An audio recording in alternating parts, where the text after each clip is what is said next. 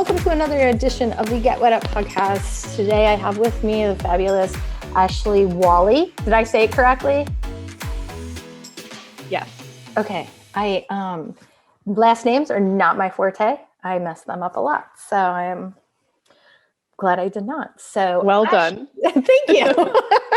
Thank you. So we are talking to Ashley today, and you're on the West Coast, correct? Seattle?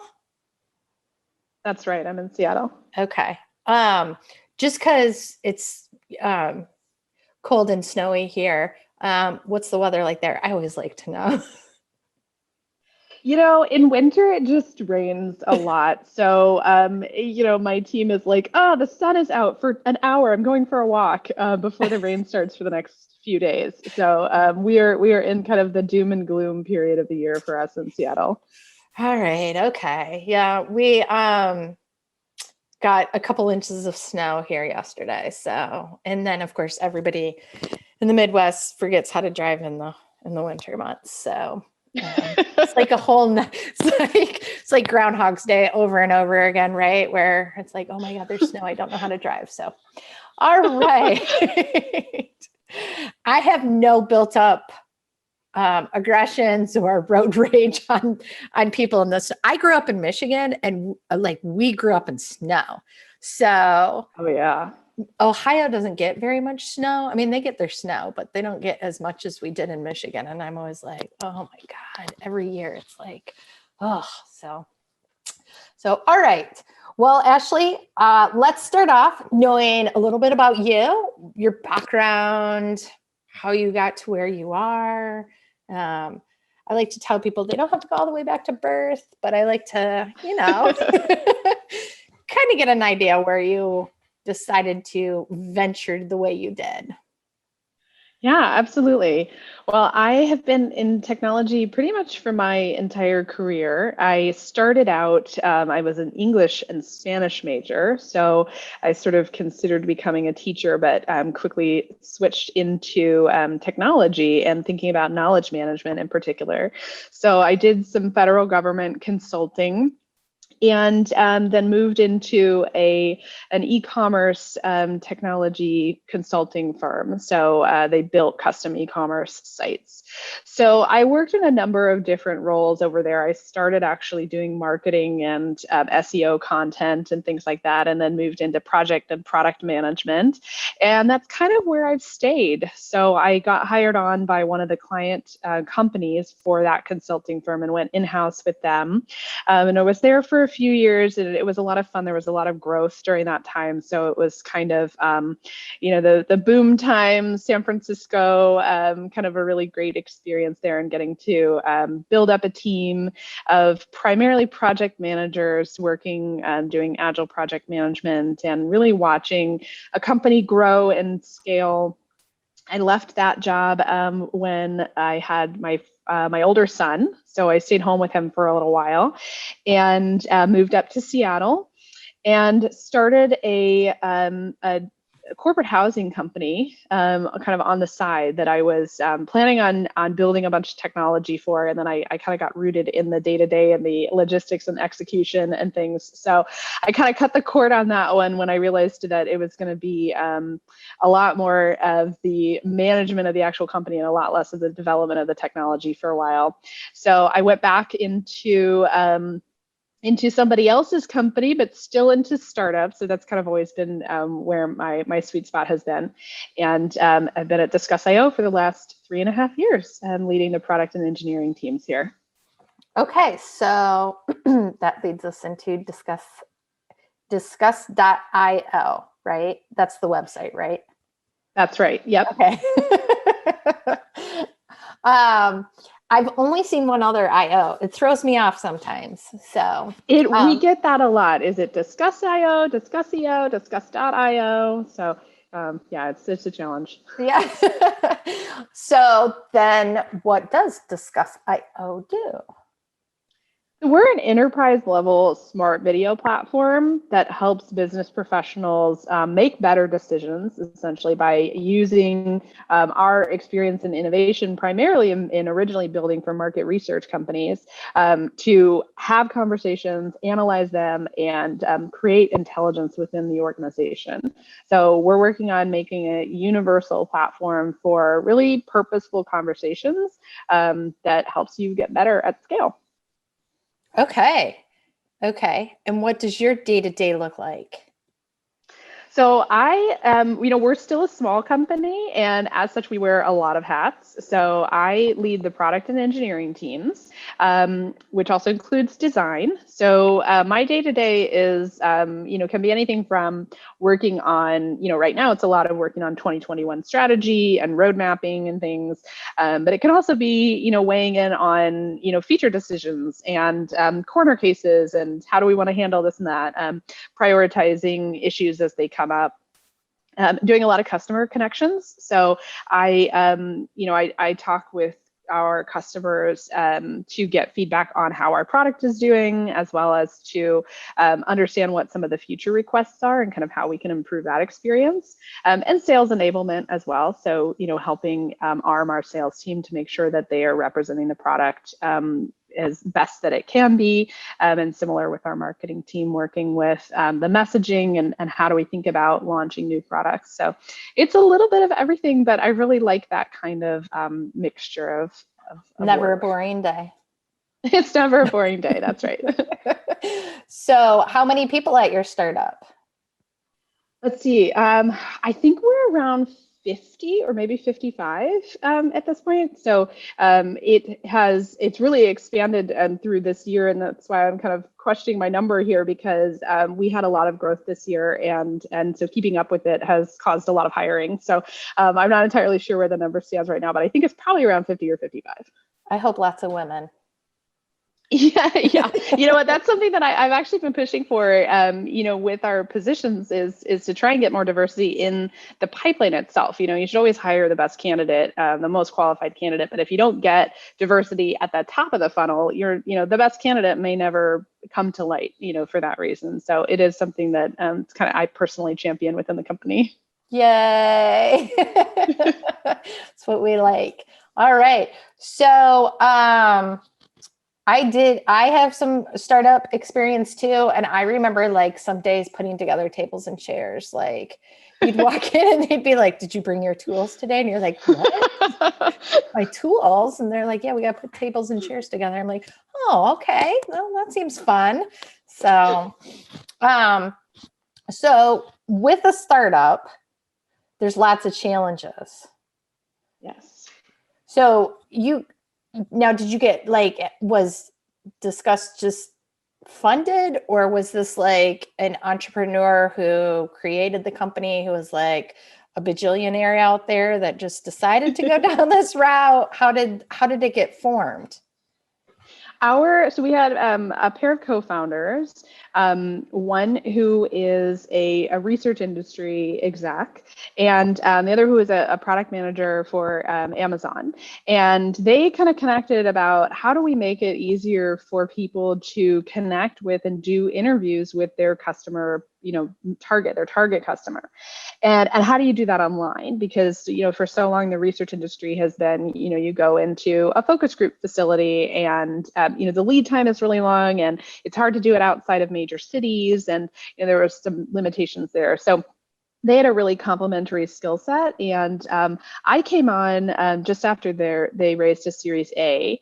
And that was a couple of years ago. And the company has just been really kind of growing really nicely since then. So this year has been kind of an outlier and crazy in terms of, I think, the impact to all of us and all of our companies. But especially for us, we've seen huge growth in terms of people shifting more of that traditional type of conversation online and needing to pivot to support that. But it's been, we're out of the phase of needing to bring our tools to work. But I only say that because we've been settled in an office for a while, because there were definitely a couple of weeks there when we moved from one office to another where our VP of engineering was bringing in his power tools to help hang whiteboards and things. So telling you what, got to have a tool bag for work.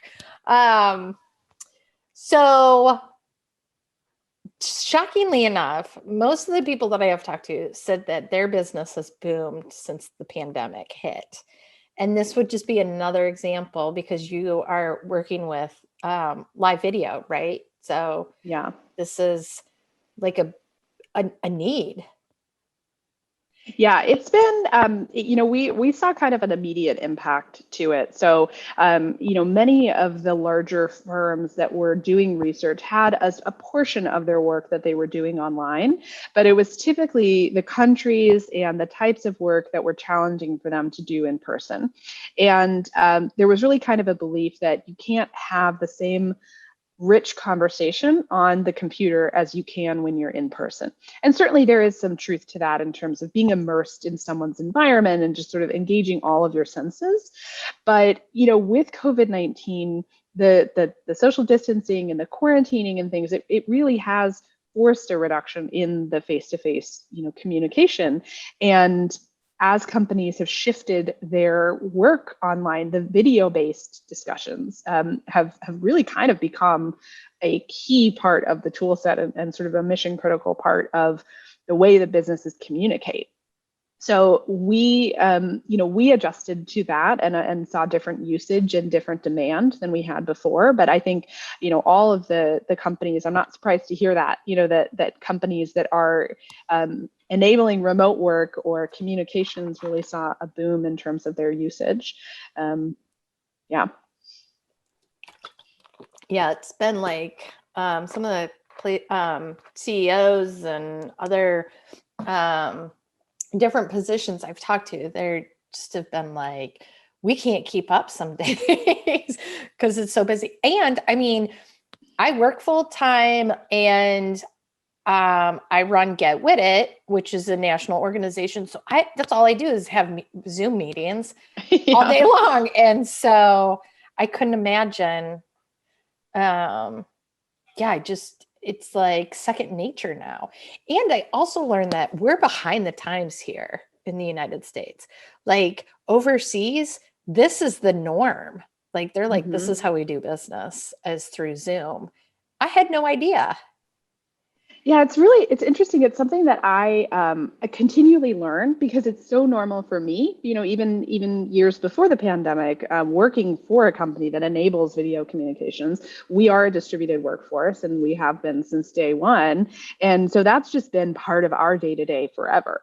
But we help brands connect with their users and their consumers who may not, they may have a really old computer. They've never done video conferencing before, and so it's constantly something that I'm being reminded of, that this is still not how the majority of people conduct conversations. And I think there is really a sea change happening right now as people see that, oh, this is not that hard. This is not, that uncomfortable once you've done it a couple of times. But, we've seen the feature usage on our platform. We've seen the customer type. All of those things have sort of changed and adjusted as we get new users in the door and people who have just never really done this type of work and communication before. So it's been really interesting to see. Yeah, people are intimidated by technology. For sure. Yeah, I always consider it to be a success when somebody's like, oh, that was actually pretty easy. And it's like there's so much anxiety built up about it. But then once you kind of get into it, it's like that's to me is the mark of a good product is you're going, oh no, that wasn't bad. That was pretty easy to use. I could understand how to do this. So that always makes me feel good as a product and design leader is going, okay, we did it. We built the right thing. They didn't need to be, taught how to use it. That's good. That's good. So what about you? You have to have some challenges, right? Absolutely. Like was there so you're like, yeah, every day. What about what was, I don't know, your toughest challenge that you had to face here at Discussio, like with a client, with live, whether it's before the pandemic, during the pandemic? I'd say one of the biggest challenges that I faced was channeling what the customers were asking for and really driving that home internally. Because, there were a lot of conversations when I first started about where should the product be going and, what is the long-term vision for this product. And one of the first things that I realized was what I was hearing internally was not really aligned to what I was hearing from users and customers. And so that was a big process, probably a 6-month process of us all sort of sitting down and going, well, this is what we're hearing from customers. This is what they're asking for. This is what they want to pay for. And while we eventually want to get to that point down the road, we might not be ready for that right now. Our customers might not be ready for that. And so we really had to shift the direction of the product and look for ways to accomplish what our customers wanted right then, so that we could eventually get to the place where we are now, which was that long-term vision. We weren't able to execute on it in year one the way that I think we all thought that maybe we could.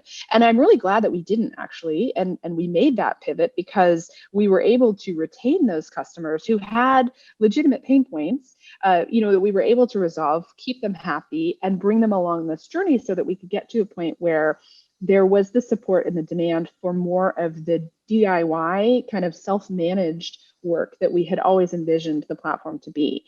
And at that time, it was a lot more services based. There was a platform and technology component to it, but a lot of it was, human project management, full service kind of stuff. And the business has completely shifted in that amount of time, but it took a lot of soul searching and kind of hard conversations to get to where we are now. And I think we did it the right way.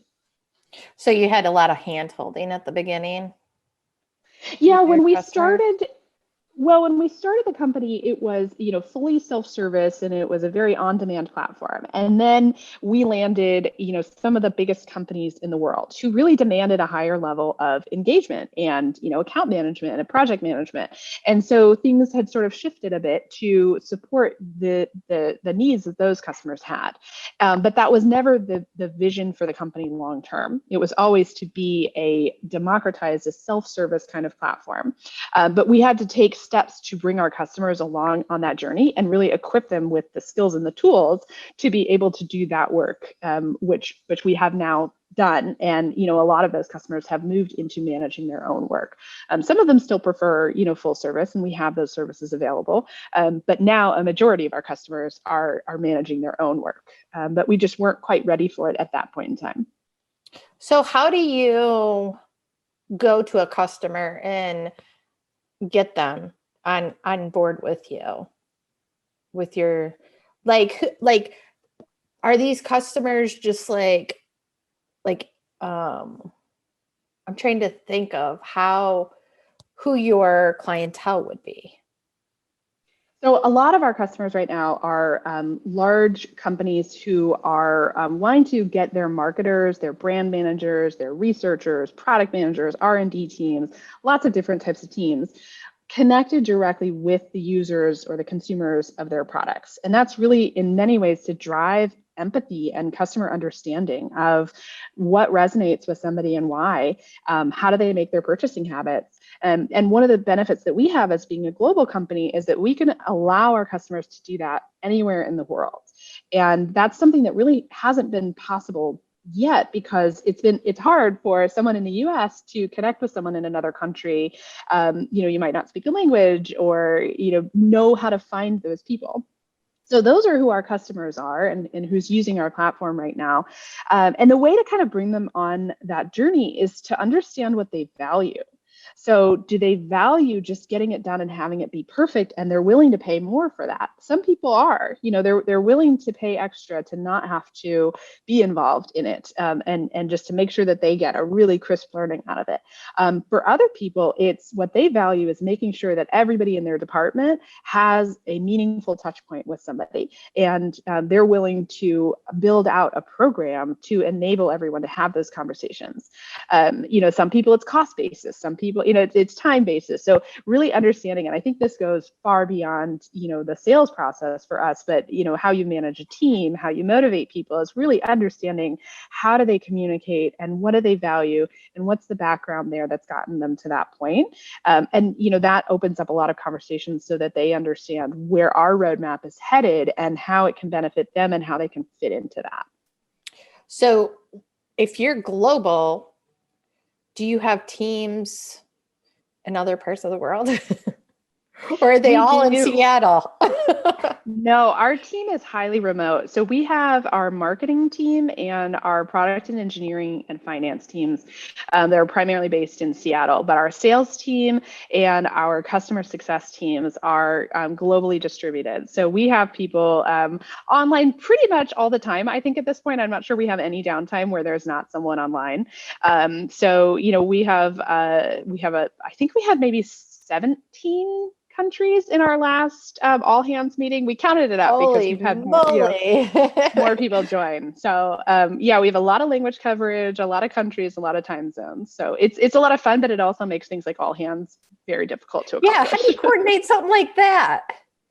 We're talking about how to do our holiday party, virtual holiday party this year. And we're actually going to have 2 times. We're going to have like an early morning West Coast time and then a late afternoon West Coast time. So we can try to get everybody on at some point. So does that mean you can drink all day? I think we're going to start with mimosas and then, so it is challenging to get everybody online at the same time. We find that early morning West Coast time is about the only time we can try and get the majority of people together. Really? Wow, that's tough. I've worked with teams in India and it's either I stay up late or I come in early, one of the two. So it's got to I've had to figure that out a few times, but yes, I understand that. So, okay. So, other than,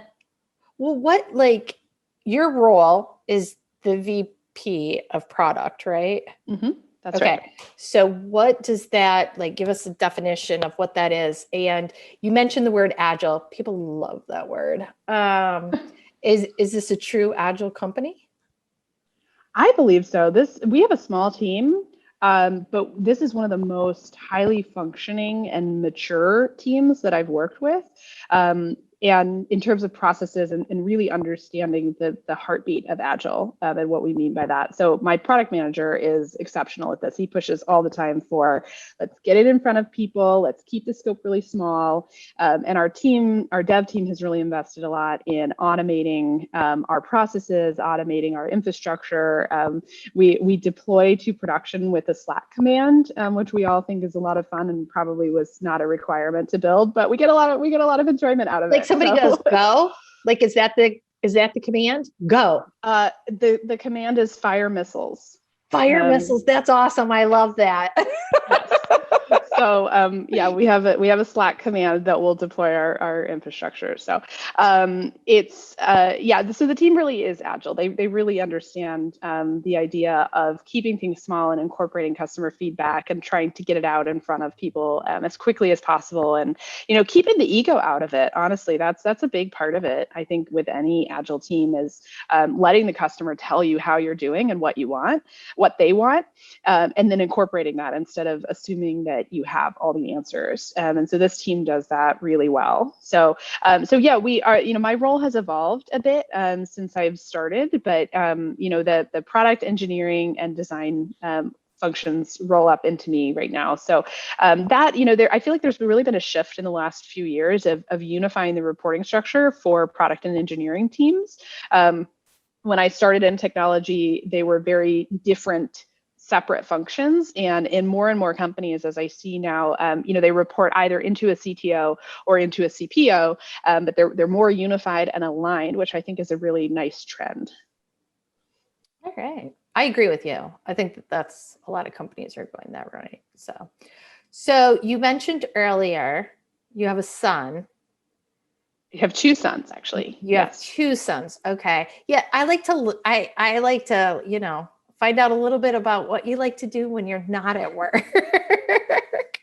So you're a mom. How old are your boys? 4 and 7. Oh God, 4 and 7, they're young. They are, but you know what? We're kind of at that point where they're getting old enough and independent enough that we can really relate to each other more as people. And it's much less of like, I'm keeping this child alive and keeping them from running into the street. And, some of the like early parenting worries, we've moved past that. So I was always told that like 6 to 10 is kind of a golden age where, they're a little more self-sufficient, but they still love you and want you to be around and play with you and things. And I feel like we're really in that phase right now. So I'm just trying to enjoy it as much as I can. That's good. Now, now what, you're out in Seattle. So like here in Ohio, we went back to school full time. Well, my school district did. And then the week before Thanksgiving, the buses shut down. So we had to do remote for the last 3 weeks. So what's it like? Are you having to do like double, like it's not even double duties. It's like quadruple duties because you're mom and then you're working and then you got to be a teacher. Yeah.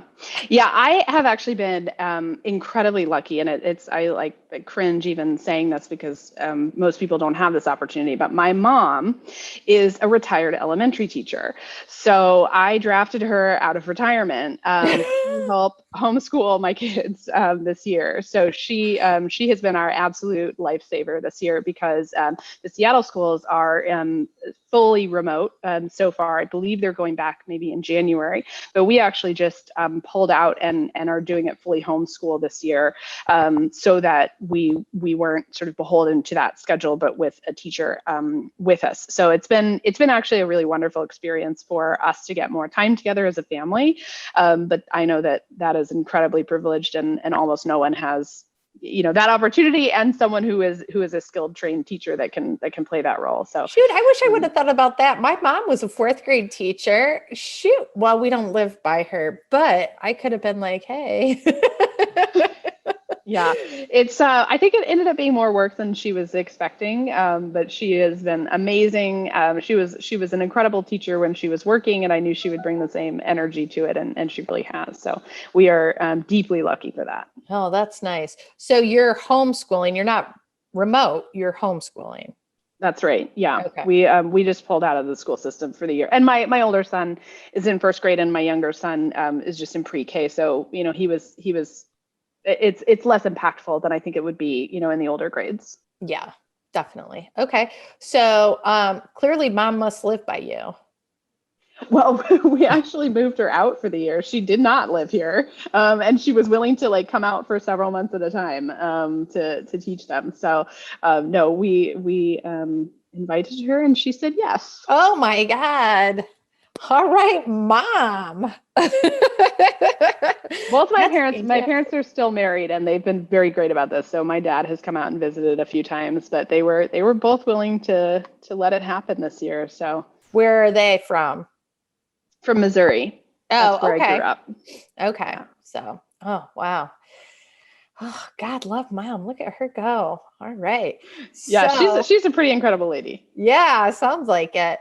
So, what do you do then for fun?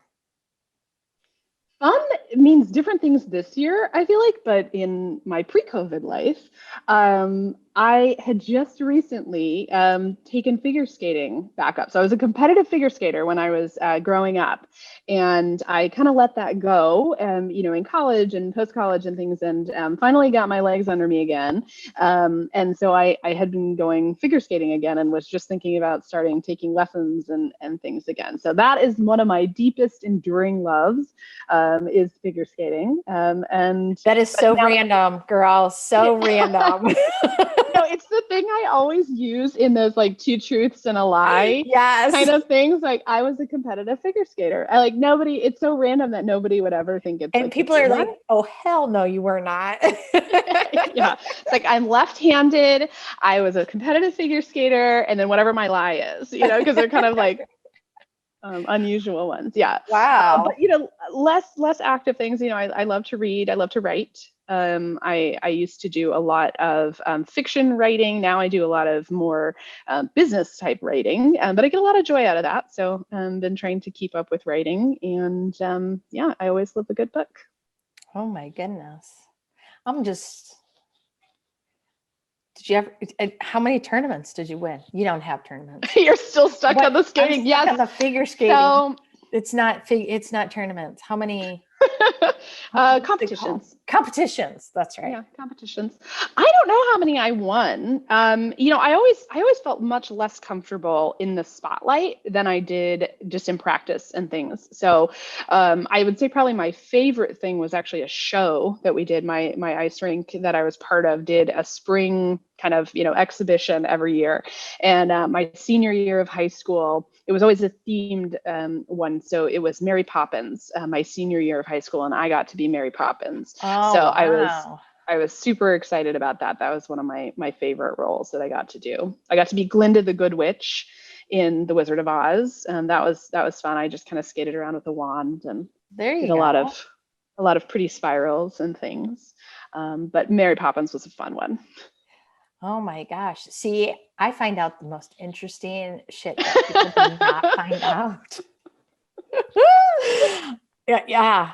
I have done interviews and people were talking, they're like, yeah, I was in a rock band and we released an album in like the 90s. And I'm like, what? Yeah. So you know what? I'm gonna have to like Google and see if I can find any of your your figure skate, because somebody taped it. It's out. Yeah. Frankly, I hope they did. This was back in the camcorder days, and I know my dad must have some like lying around in a box somewhere, but I would love to get those digitized and just have those memories preserved. There you go. That's right. Do your boys skate too?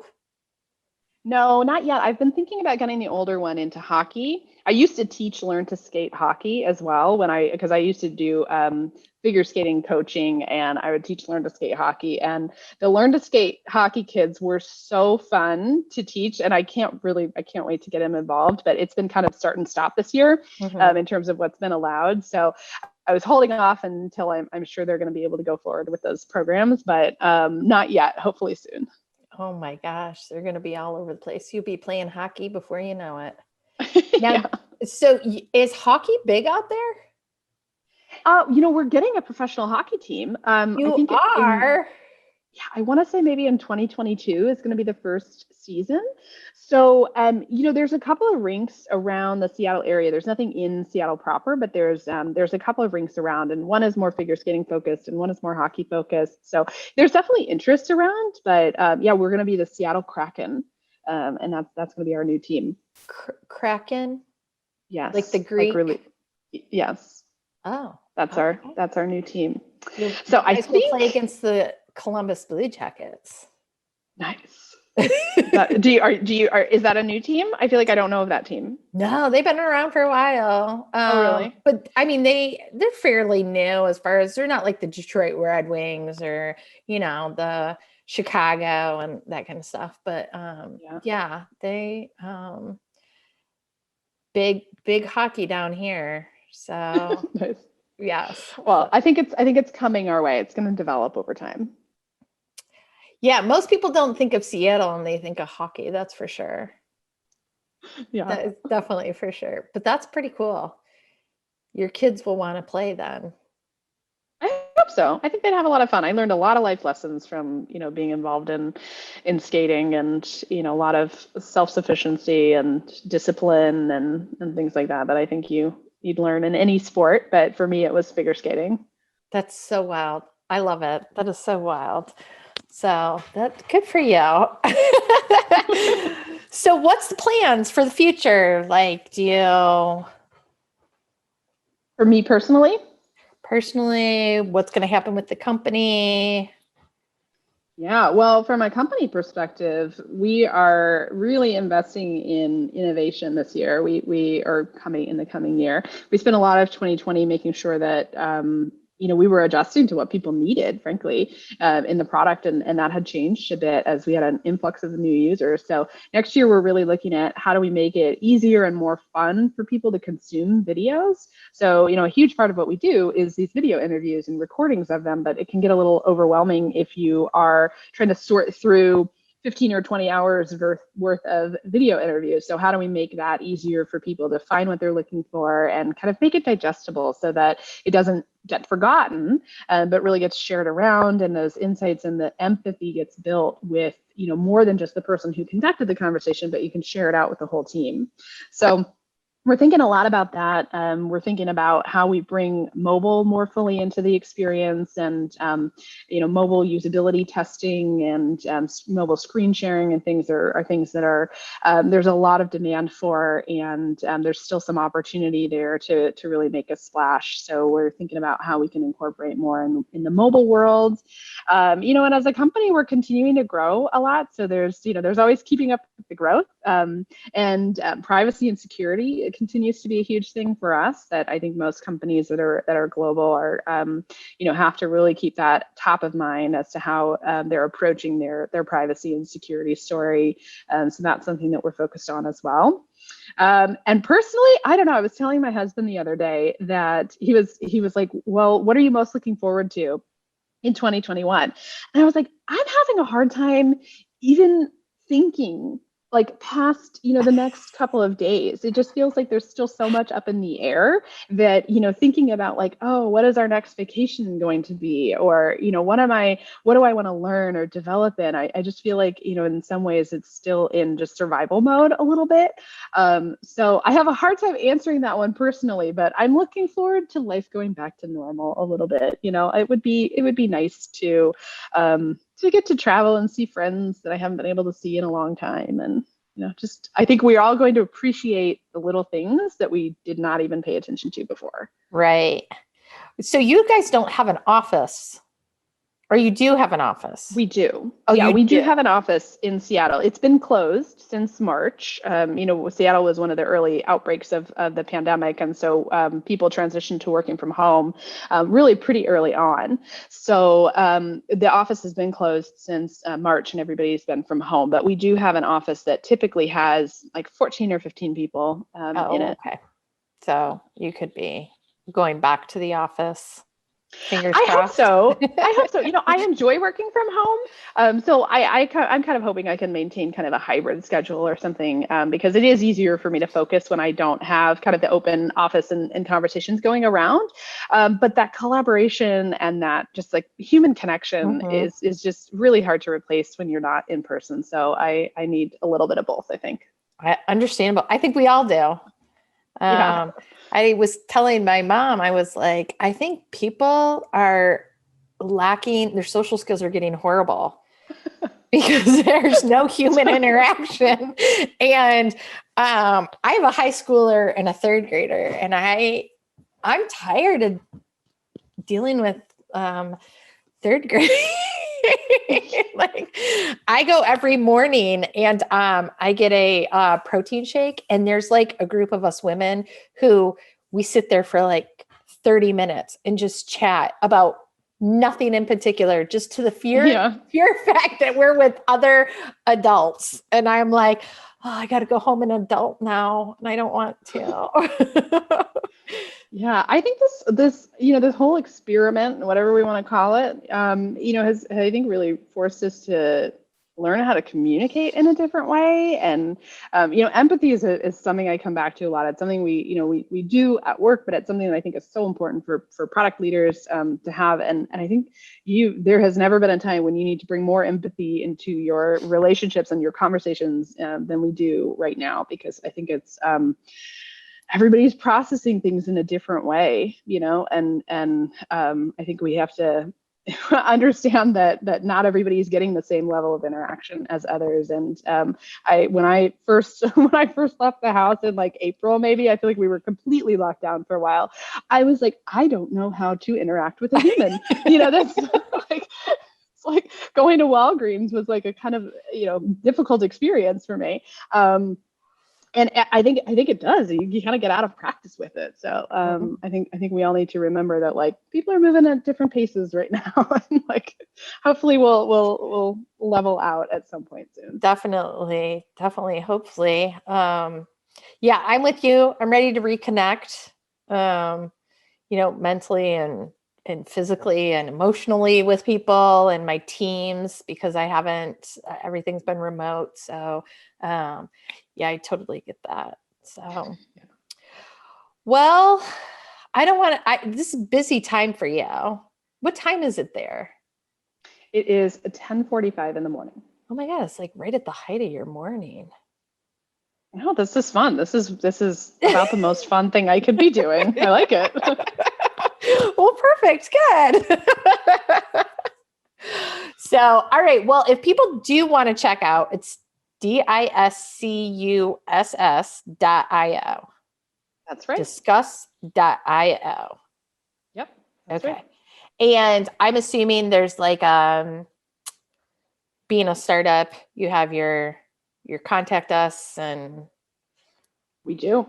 Yeah, we've got ways you can get in touch with us. We are on social as well, on LinkedIn and things. So, our team is always monitoring those messages if people want to get involved. But there's a way to book a demo or get in contact with us from the website, and we've got some good videos and resources and things if people want to learn a little bit more about doing online interviews or how they can incorporate video into their day-to-day. That's all available on the website. I just thought of what I meant to ask you something earlier, and I'm old, so I forgot it, and now it just hit me. So, this is such a sidebar question. So, when somebody is doing a video interview, like you are setting up through your platform, is it like this, person to person, or is it through a robot? No, it's person to person. It's live moderated conversations. So we do a mix of one-on-one conversations or group conversations, just depending on what the research objective is. So a lot of the empathy programs, they're typically one-to-one. So it's somebody who's not a professional researcher who just wants to better understand the life of their their user or their customer. And then other times it's a more formal research kind of process where they want to there's a series of activities they would do to kind of elicit responses to a concept or understand how people react to possible marketing messaging or packaging changes, things like that. So it depends. It's we're a pretty versatile platform, so people can kind of customize it to what they need, but it's also really powerful. So it's got a lot of features in there that help you stay structured and stay kind of on track and make it easier to go back when you're done and analyze what was said across multiple conversations. Okay, that's good because I've seen platforms or software where people have had like the interviews and it's with a robot and it's just they read the question and then they have to verbally say it back. And I was like, God, that's so like you get we feel like that human touch is really important. There is absolutely a place for AI in all of this, and that's really more on the analysis side of things than it is on driving the conversation, because so much of what we believe is that you're going to make better decisions for your business, for your product, if you are connecting one-to-one with a customer. And so we try to help people amplify that if not everyone in the company can take part in one of these interviews. But one of the things that our platform does really well is allow observers to kind of remotely watch without being involved. So you can amplify the message really significantly by inviting team members to come watch kind of silently in the background. And I think we're one of the only platforms that allows you to do that, where it doesn't interrupt the conversation, or you don't feel like you're in a fishbowl with 10 people watching you, even though you're only talking to one of them. So it helps get the message out more. Okay. Yeah, I know AI is, becoming a big deal, but I was like, I wanted to ask you that earlier. So, look, my brain turned back on for a second there. My old age. All right. Well, Ashley, I thank you so much for joining me. And absolutely. I totally appreciate your time and keep rocking it, girl. Thank you. Thank you so much for having me. This is so much fun to chat about all the things I love. Oh, see, that's what it's all about. See, it just comes naturally when it's something you love, right? Yeah. I mean, we got all of my highlights. We got figure skating, we got product management, we got customer empathy. Like we're covering all the bases. We got mom in there too. Got mom. Yes. You got everything in there. We got the website in there. we're nailing it. Nailing it. So, I love it. so this, I'm going to say Merry Christmas and have a wonderful Happy New Year, although this will be airing in 2021. I hope you and your family stay safe out there in Seattle and things get back to normal and you have a wonderful holiday. Likewise. Absolutely. Same to you. Thank you. And we will keep in touch. Sounds great. Thank you so much for having me. This was a lot of fun.